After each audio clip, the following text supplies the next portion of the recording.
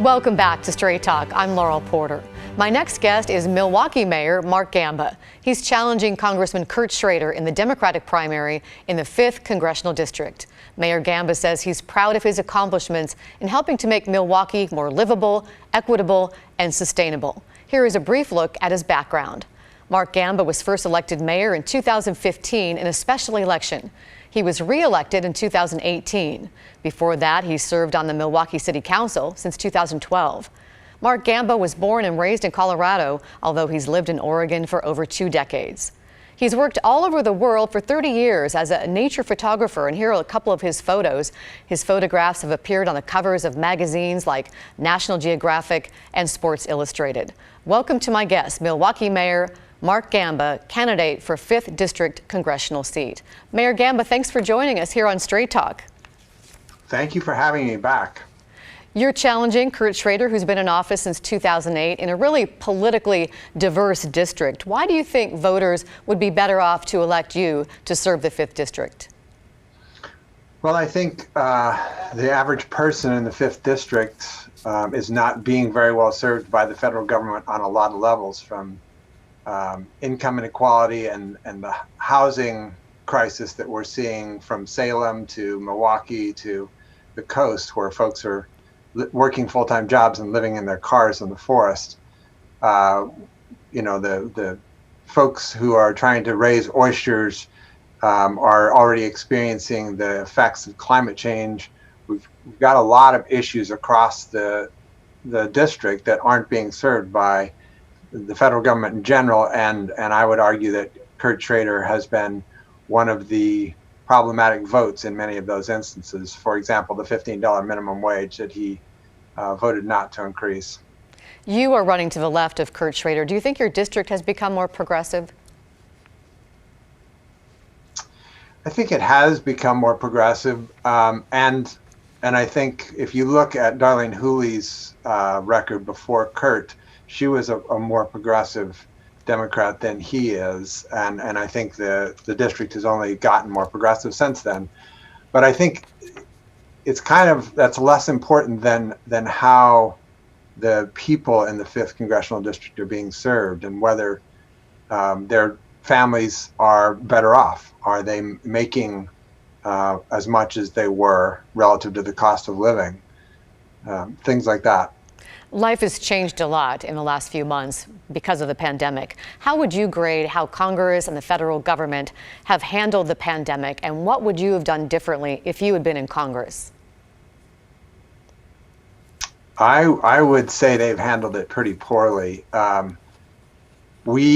America learned about the pandemic at exactly the same time that South Korea did, and to date, as of today, we still do not have the testing capability that South Korea has and had months ago. It's why we can't begin to open up the economy. You know, if you look at Kate Brown's rules for how we're going to start to open up the economy, we need to have good testing and tracing. Well, we don't have testing materials. That was completely on the federal government. They are the only ones with the power to cause manufacturers to shift or to increase their production of something. And what you saw early on in America, and it was really clear with the president, but Congress as well, that they were more concerned with how Wall Street was reacting to the pandemic and what they could do to keep that from falling through the floor than they were with the health and well-being of the average American. You support Medicare for all, and Congress has passed several $1 trillion in relief packages. Add that to the already $23 trillion national debt, and this country now owes a lot of money. Joe Biden has said that if he were president and a Medicare for all bill came across his desk, he would veto it because he would wonder where that $35 trillion would come from, that it would almost certainly mean significant tax increases for the middle class. How can the U.S. afford Medicare for all, especially now? Well, I would ask 2 questions. One, how can it afford not to? We would be functioning in this pandemic a whole lot better if we had already had universal health care. We'd have more doctors, we'd have more hospitals, we'd have more ICU units, and we would have entities that were focused on the health outcomes for all Americans rather than profits, which is what essentially our system right now focuses on. The hospitals focus on profits, the insurance companies, the pharmaceutical industry, their focus is profits, not necessarily, or not, their first focus is not the health and well-being of Americans. But secondly, we already spend more, almost twice as much in most cases as most of the rest of the industrialized nation or world, which has universal health care. So to argue that we can't afford it is kind of crazy. It would actually save us money as a nation. The point they make that taxes will go up. Yes, taxes will go up, absolutely.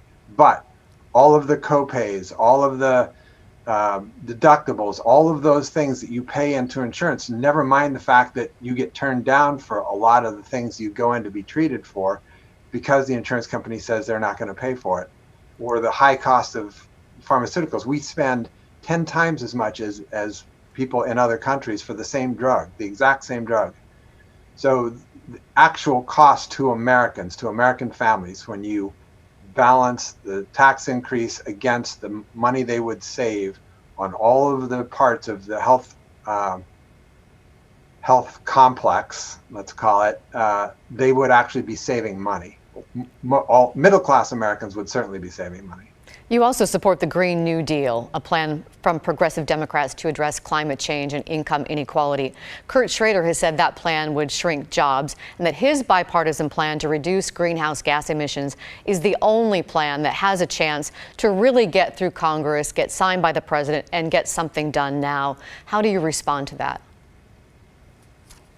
Well, two things. One, Kurt's bill is another one of those giveaways to the fossil fuel industry. It's set up to pay billions of dollars to the fossil fuel industry over a period of 10 years for them to develop carbon capture and sequestration technology, and then it requires them in 10 years to start using it.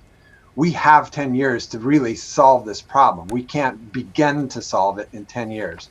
So for him to say that that's any kind of a climate bill is laughable. It's completely not based on anything to do with science. As far as the cost, I'm curious how he's imagining that we're going to come out of this, the economic crisis that this pandemic has created. We will be in the same position we were in at the end of the Great Depression, not the Great Recession of a decade ago, but the Great Depression. We are almost there on jobs right now. The best way to bring the economy back would be to create a jobs bill, very much like they did at the end of the Depression, that caused the end of the Depression. That jobs bill should be a bill putting millions of people to work with good paying union jobs, with benefits, doing all of the things we need to do to stop climate change. That is what the Green New Deal is. It's a jobs bill that stops climate change. It solves two problems. We only have a couple of minutes left, but I did want to ask you about campaign spending. You have criticized Congressman Schrader for taking PAC money from corporations.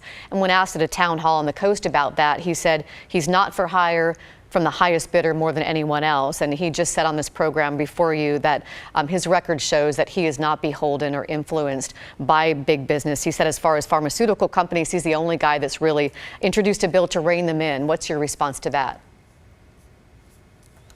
Boy, there's all kinds of responses to that. Well, first of all, if you look at who he's taking money from, the fossil fuel industry, right? And then he's written a bipartisan bill, climate bill, that gives the fossil fuel industry billions of dollars. That, to me, seems pretty clear cut. The bill he talks about on pharmaceuticals is one that sounds really pretty when you read the title and the substance of it, but when you actually understand how it functions, what it will do is cause pharmaceutical prices to go up, not down, because generics won't be able to come to market. It's complicated and it's hard to explain in 30 seconds, but that's actually what that bill does.